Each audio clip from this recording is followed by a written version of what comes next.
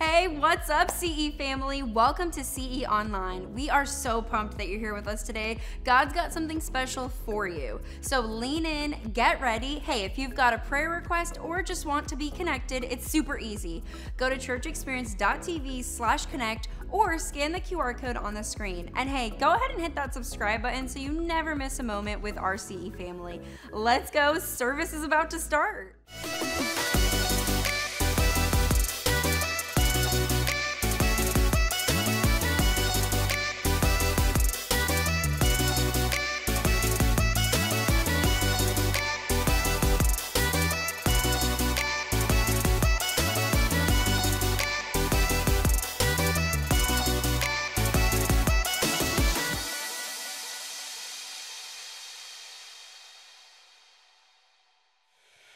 Good morning. How's everyone doing this morning? It's a busy time of year. It's the most wonderful time of the year. I love it. It's the second last week until there's another Blackbeard in the house, which is awesome. So I'm very excited for that. And thank you for all your help with the food and all that. And yeah, I'm excited. We are also in the last week of this In the Bag series, which is pretty cool. I actually saw this. I saw this. Which I suppose is, I've been staring at this the whole day. I don't know who bought food from Whole Foods, but I saw this. It's what's not in the bag. So I thought that could be a bit prophetic for where we are finding ourselves in the bag, a new way of handling money. And for me, it's I didn't want to, like, I know when we started this, yay, we're talking money 4 weeks. That's a long time. But I hope you've felt my heart, right? It's really about spiritual formation. It's about those healthy rhythms. It's about shaping our discipleship heart, right? It's around those holy rhythms that I've been talking about for a couple of weeks. And today it's the same thing. And we've had our anchor verse, which is Proverbs 3:9-10. Honor the Lord with your wealth, with the first fruits of your crops. Then your barns will be filled to overflowing, and your vats will be brimmed over with new wine. And that's not just financial advice, right? It's an invitation into an alignment of where God is leading us under His wisdom, His leadership, His sufficiency. And for me, it's around the spiritual rhythms that we have will lead and bring spiritual abundance. And that's really what this whole series has been about for me. It's about the healthy rhythms in our life. And so week one, we talked about, you'll see there, week one, we talked about the rhythm of discipline. Plant today, harvest tomorrow. Week two, the rhythm with the source, the rhythm of trust. Last week, the rhythm of generosity. And then today, it's a rhythm of contentment. And I was thinking about this on Friday. I went to Aldi. I always thought there was an S at Aldi. Where's Alicia? It's actually called Aldi. It's not Aldi's. I used to call it Aldi's, but it's Aldi. And I was there and I was buying all the food for the church. And I've got my shopping cart, my trolley there. And now there's this long line of, to pay for it. And there was this lady in front of me who was a bit older than me, and she's by herself, but she's holding all of her stuff. She's holding it all. And so I looked at her and I'm ashamed. I said, why don't you put your stuff in my trolley, in my shopping cart? And then she's like, oh, thank you so much. I don't have money. Thank you. So I was like, I moved my stuff and she puts all her stuff there. Oh, thank you. I don't have money. Thank you. Oh, bless you. Thank you. And I'm like, it's like okay. And she was foreign, right? She was from Ukraine, and then she puts all the stuff there. Then she gets out of her bag more stuff. There's like asparagus and I don't know basil and I was like, oh, thank you. I don't have money. Thank you. Then she said, I'm just gonna go get more stuff. So I'm thinking, does she think I'm like paying for it, or does she think? But I don't want to say I'm not, because I'm like, Lord, maybe this is a healthy rhythm. This is maybe like a test that you want me to kind of, And so the whole time I'm in the front there, and sorry, Mo? She gets more eggs. I'm like, okay, this is all on Friday. And then, we get to the front and she's there, and then eventually she puts all her stuff there, and then she puts that line in between. She's paying for that. And what she meant was, I don't have money, the 25 cents to get the shopping cart. Because I was like, boys, we can't eat. Why? No, because I paid for someone's asparagus and basil, We're not having breakfast. There's no eggs this week But I was like thinking this whole series about rhythms, right? It's going to test us. There's going to be times where you're going to get tested, right? Where you're going to get in a situation where you're like, whew, this is testing. And for me, it's when we give to God, right? And I know money is one aspect of it. And I should probably feel guilty doing this, but I don't, right? Because it's a rhythm that God has invited us to be a part of. And we want the outcome, right? We want the abundance that God gives us, but we're unwilling to step into the healthy rhythms that He's called us to. And that's really what this whole series has been around, those healthy rhythms that we have, right? And we talked about the rhythm of discipline, the rhythm of trust, the rhythm of generosity, and today is the rhythm of contentment. And contentment is an interesting word, right? Because we think, oh, when I think of contentment, it's kind of pretending that I've got everything and everything's perfect, right? No, contentment doesn't mean that. It's not denying our desires or wanting other things. It's not passivity or settling. It's this deep spiritual steadiness that I lack nothing of eternal value. That's what contentment is, right? And it's more than just a virtue. It's a rhythm. It's a healthy rhythm. It's that the gospel forms the gospel. That's what we're going to be unpacking, this rhythm within us. And so contentment is not shutting down our desires, right? It's not saying, well, I'm not pursuing improvement. Contentment, it isn't that. It's not praying. Contentment isn't praying for change. It's not settling. It's none of that. It's not being passive or indifferent to be like, no, biblical contentment is something far richer. It's this settled conviction that I have what I need. If I'm going to be faithful today, because Christ is enough for me today. I have what I need today because He's with me. This is what Paul says in Philippians 4, verse 11. He says, I've learned to be content, whatever the circumstances. And there's two truths there. The first one is, it's learned. Contentment is learned. He says, I have learned to be content. You're not born with it. It probably doesn't come naturally. We have to cultivate that contentment, right? And that comes to us through trust, through scripture, through trials sometimes. And then the second part is, he said there, it's circumstance proof, right? Paul wrote these words in prison. So imagine being in prison, being chained to a soldier and being imprisoned, and now writing there, I've learned to be content. Can you just imagine being in a dark, dingy prison, which is, you can just imagine, like in biblical times, there's no Wi-Fi, there's none of that, and now he's writing, I've learned to be content, whatever the situation, whatever the circumstance. And so contentment is circumstance proof, right? He's not speaking about confidence. He's speaking about this deep spiritual confidence, right? This assurance that God is. And then he carries on to say a few verses later, this is a very popular one with sports teams, I can do all things through Christ who strengthens me.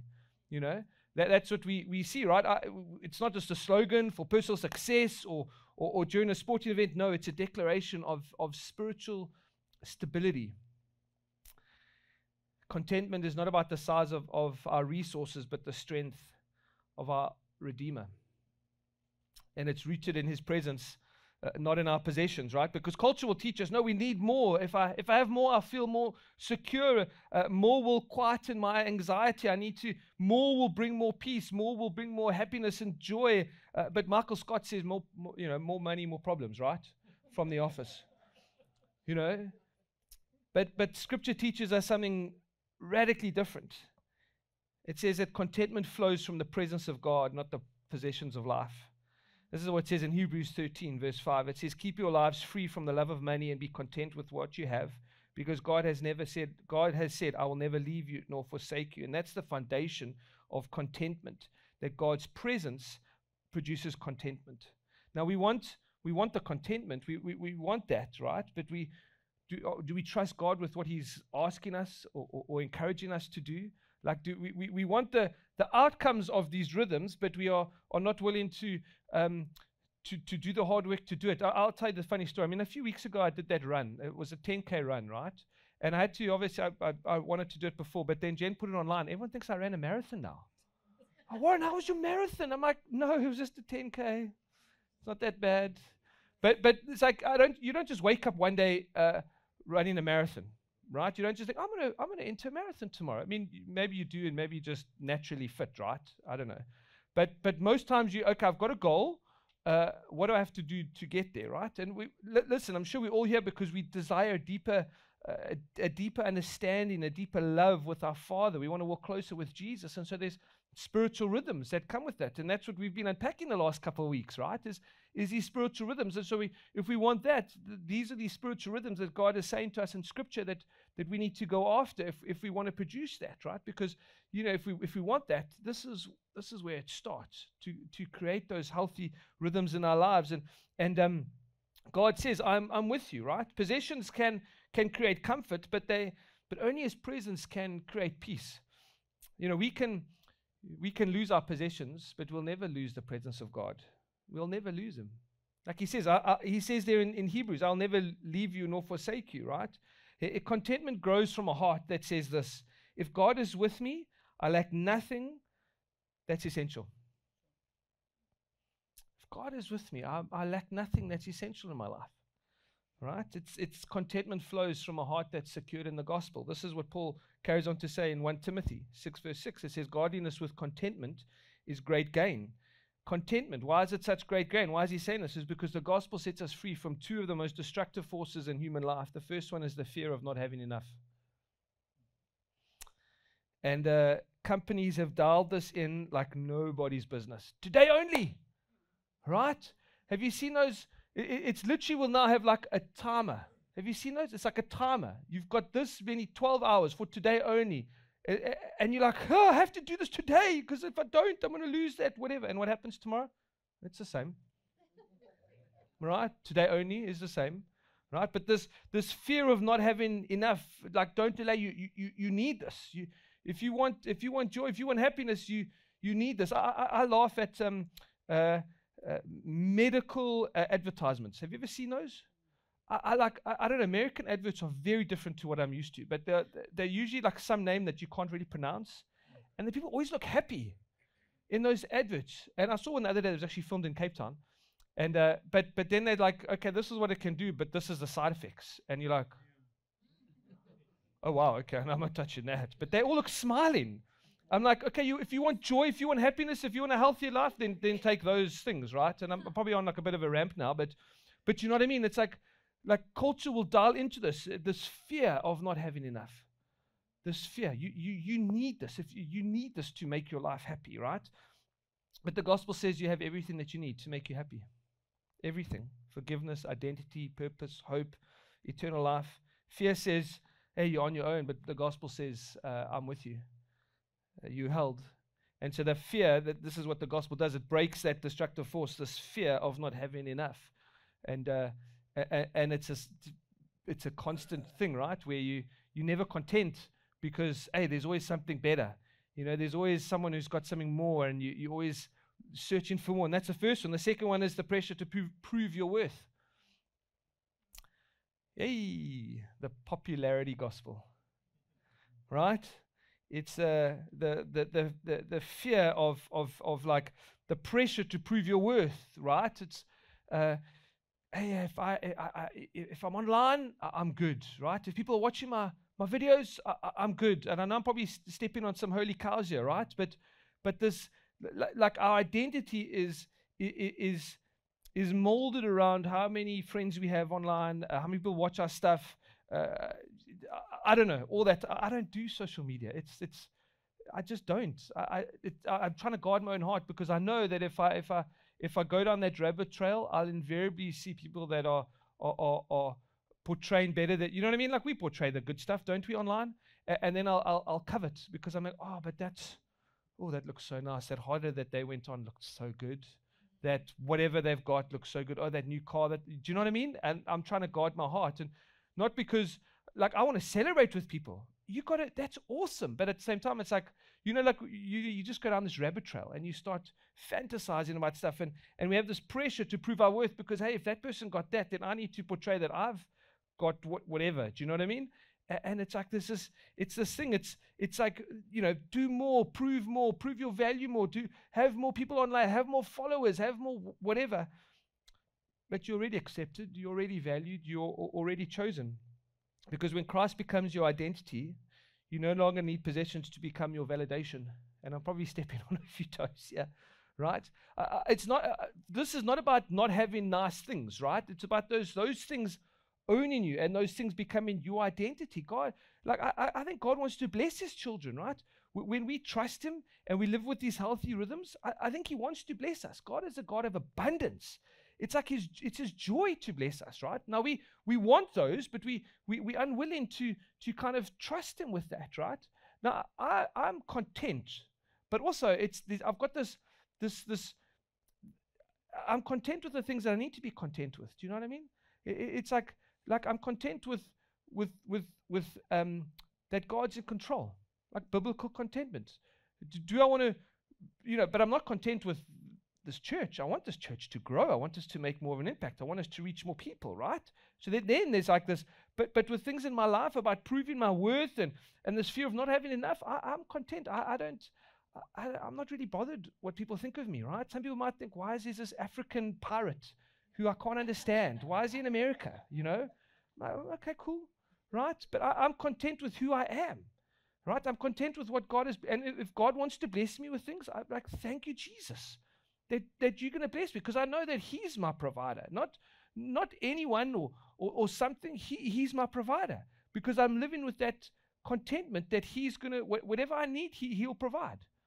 Right? If there's something in my future that he's going to provide, I trust him and he's going to come through for me when I need it, right? And so we have this pressure to prove our worth. But this is what I wrote. I said, contentment grows in the soil of gospel security. Contentment grows in the soil of gospel security.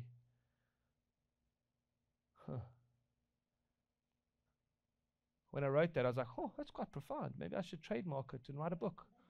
And I thought, no, not going to do that.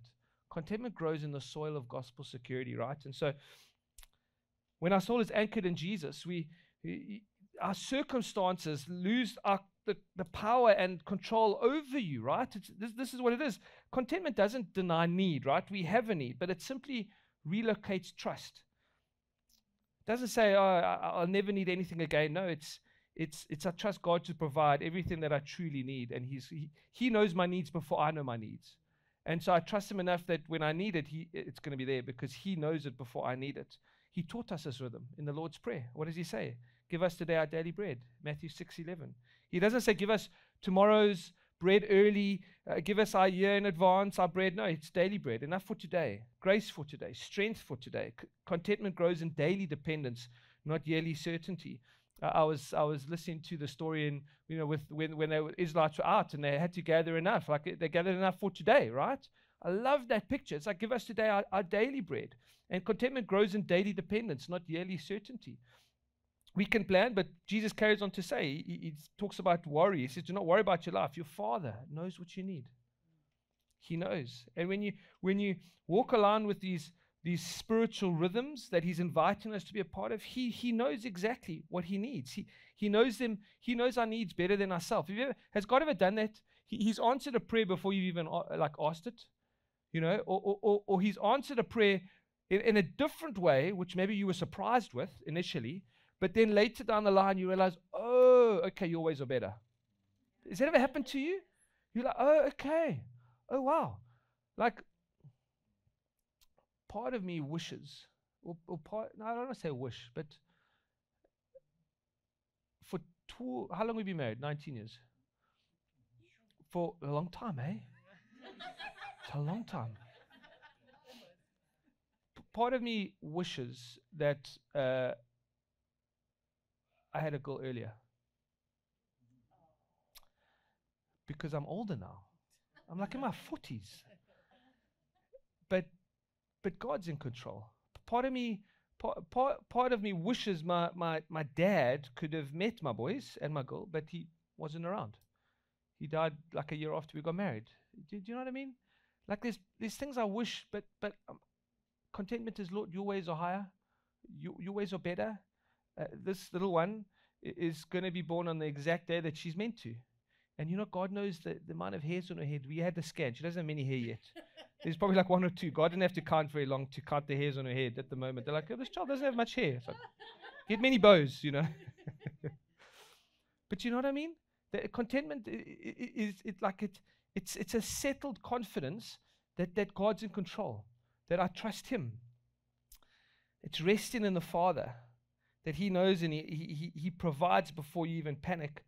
And contentment is freedom from comparison. Comparison is one of the greatest enemies of contentment, right? This is what Paul says in 2 Corinthians. He says, 2 Corinthians 10:12. It says, when you compare yourselves with one another, they are without understanding. Comparison is the thief of joy. Comparison distorts identity. Comparison binds, comparison, especially like if you see others, we lack contentment, right? Because we think, oh, well, if they've got that, then I need that as well. Comparison will say, you're behind, you're not enough, you need more, your life is smaller, you need to be. But contentment says, oh, Christ is enough, therefore your life is lacking nothing. Contentment produces peace, but comparison produces restlessness, right? The idea of always wanting more. I'm not saying we shouldn't work hard. We should work hard, right? We should be hard workers, but we should be settled that God's in control, right? Because when we stop comparing our journey to someone else's, you start noticing the beauty of your own. When you take a step back and you realize, oh, wow, there's actually beauty in my story, right? When we stop like comparing to others and we start slowing down and seeing the beauty in ours, wow, God actually has come through. He's provided in a lot of ways. He's provided for me in ways that I didn't even see because I was too busy worrying about comparing about others. And now there's this beauty in my own, right? And contentment flows from that gratitude. Once you slow down and you see the beauty in your own story, once you've had these healthy rhythms in your life and you start seeing, wow, there's gratitude, because gratitude is this gateway to contentment. This is what Paul says in 1 Thessalonians 5:18. I know there's a lot here. You can see my notes on the QR code, but Paul writes here, in everything give thanks, for this is God's will for you in Christ Jesus. Gratitude changes our perspective. It shifts our eyes from what's missing to what is present. It reminds us that gratitude doesn't minimize need, it magnifies grace. And where gratitude grows, contentment flourishes. And why I wanted to land with contentment is because contentment is the final rhythm, because it holds all the other three together. It's the stabilizer of the journey. And so the other three that we had was trust, generosity, discipline. Thank you, I went blank. But contentment is holding all those other ones together. That's what it is. In week 1 it was discipline. I actually wrote it here. If we practice discipline, it means we are not chasing. We're not chasing more. It's like contentment says, I can plant today without fear of tomorrow. Week 2, we talked about trust. Trust thrives in the soil of contentment. Contentment says that God has been faithful, so I can trust Him again. Last week, generosity. Generosity requires contentment, because it's, we cannot give freely if we believe we're always lacking. Right? If contentment says I can give freely because God holds me. It quietens the soul. It gives us room for these godly rhythms to flourish, right? And that's what this whole series has been about, right? Is these healthy rhythms. Contentment points us to the sufficiency of Christ. At its core, contentment is not about our circumstances, it's about Christ. And this is this breathtaking promise that Paul gave us in Philippians 4, verse 90. He says, my God will supply all my needs according to His riches in glory in Christ Jesus. This is the whole gospel of provision in one verse. It says the source. Who's the source? My God. The scope? All of our needs. Right? What is He going to supply? His riches. And what's the channel? Through Jesus. The contentment is simply this. It's this deep confidence that Jesus is enough. Not in theory, but in reality. Because when Jesus becomes your treasure, life cannot make you poor. You can, in a worldly sense, you can have not much, but you can have Jesus and that's enough. You can be content, right? Because Jesus is your treasure, and when He's your treasure, you'll never be poor, right? In a spiritual sense, that's what this whole series has been trying to form. This is the series. This whole series, in one verse, is this. The rhythms we practice are shaped by the Savior we follow. The rhythms we practice are shaped by the Savior we follow. It's these healthy rhythms, and the reason why I wanted to talk about rhythms instead of just talking about money for 4 weeks and make you guys feel guilty and make you feel, shame, there's an African asking for money. Let me give some money to an African, right? For me, it's so much bigger than that. It's about these healthy rhythms in every one of our lives to say, I trust God enough in my life that I want to create these healthy rhythms. This rhythm of discipline, this rhythm of generosity, this rhythm of trust, this rhythm of contentment.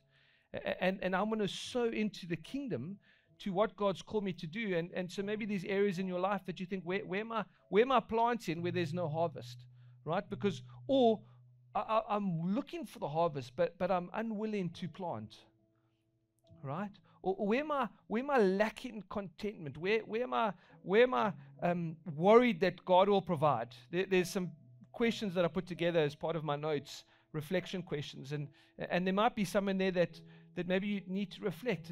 And contentment for me is really just a settled assurance that Christ is enough. He's enough. At the end of my life, I'm not going to worry about the things that I didn't have, or the things that I didn't buy. I'm going to be surrounded by family, and the only thing that matters is if I ran as close to Jesus as I knew how. And I never want to stop running closer. I always want to pursue him. I never want to get to a stage in my life where I'm thinking, okay, me and Jesus are good.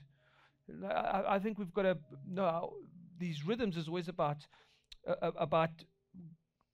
following him even closer, right? That's for me. And so, now listen, I don't have much, but I'm a wealthy man. I'm content with God as what God has called me to. Even if, I'll give you an example. We've always owned a home in South Africa. Always. Jen and I, we've always owned a home. When we came to America, we had this realization that I might never be able to afford a home again. I'm content with that. Maybe God does bless me with that, but I'm not, it doesn't shape who I am. It doesn't shape my identity. I'm not chasing after it. It's a prayer that I have, Lord, maybe one day, but you know what, Lord, if that's never part of my story going forward, I'm content with that, right? Even if we can never afford a home as big as the one we had in South Africa with a beautiful garden and all the rest of it, and we have to live in a smaller place, but I'm content because I'm doing God's work, and I'm content with what He's going to provide for me, right? And that's what I want for all of us. And so I'm hoping that as we finish this series about in the bag, it's not about it's what's not in the bag. It's the healthy rhythms that God has called us to. And can I tell you, if you put these healthy rhythms in your life, watch what God will do in and through you. I trust Him enough that I know that if we put these healthy rhythms in our way, in our place, watch what God will do in and through you. You'll be amazed to see it. I mean, last week I was in Boca Raton with a whole lot of other preachers, and I'm sitting there going, how did this happen? Like, how did I get to this place where I'm in America and I'm meeting with these wonderful people, and they're sowing into me, and they're teaching me, and they're helping me to kind of go on this journey that I'm on. And I'm like, how did that even happen? It was because I trust Him and Him alone. And that's what I want for all of us. So can we stand together? The rhythms we practice are shaped by the Savior that we follow. And so maybe a question that we have is, how close do we feel to Jesus? How desperate are we to follow Him? Because healthy rhythms will always lead to Jesus at the center.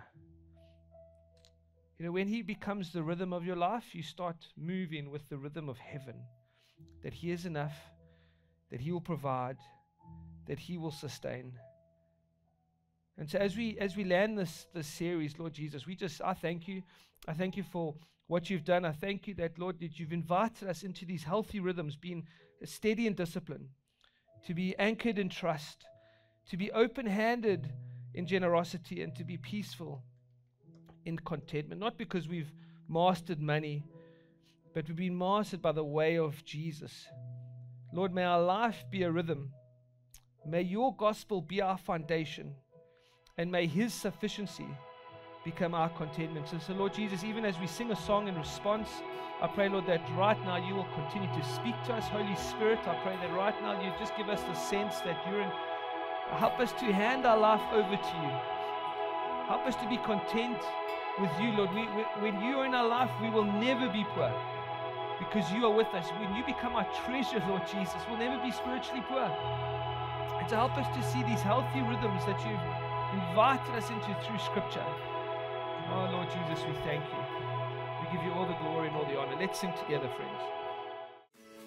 Before our usher team comes forward to receive our tithes and offerings and response cards, here's a few important things happening with our CE family. Thank you so much for being a church that cares about our communities. Hey, last Sunday we collected food at each of our CE campuses, and together we collected 7,746 pounds of food for people who need it. On behalf of all the people we helped together, thank you for your incredible generosity and for showing what God's church can look like in our cities. As our ushers come forward to collect our response cards and receive our tithes and offerings, the next fund is our chance to make a real impact that lasts for generations. When you give, you're helping people in need, investing in the next generation, starting new churches, launching new CE locations, and saving for future buildings. On or before December 14th, we're all stepping in together for a big collective giving moment, and we'd love for you to be a part of it. When you give to the Next Fund in person or online, designate the Next Fund and select your campus. Thanks to everyone who's already gone above and beyond, you're making a huge difference. Thank you for being on mission with us to help more people experience a full life in Jesus Christ. That was powerful. If God spoke to you or you made a decision today, don't keep it to yourself. We want to celebrate with you. Head to churchexperience.tv/connect or scan the QR code. And don't forget, we've got content, encouragement, and fun all week long on our social media, our Instagram, our Facebook, our app, and our website. Thanks for being part of today's service, CE family. You're the best, and we'll see you next week.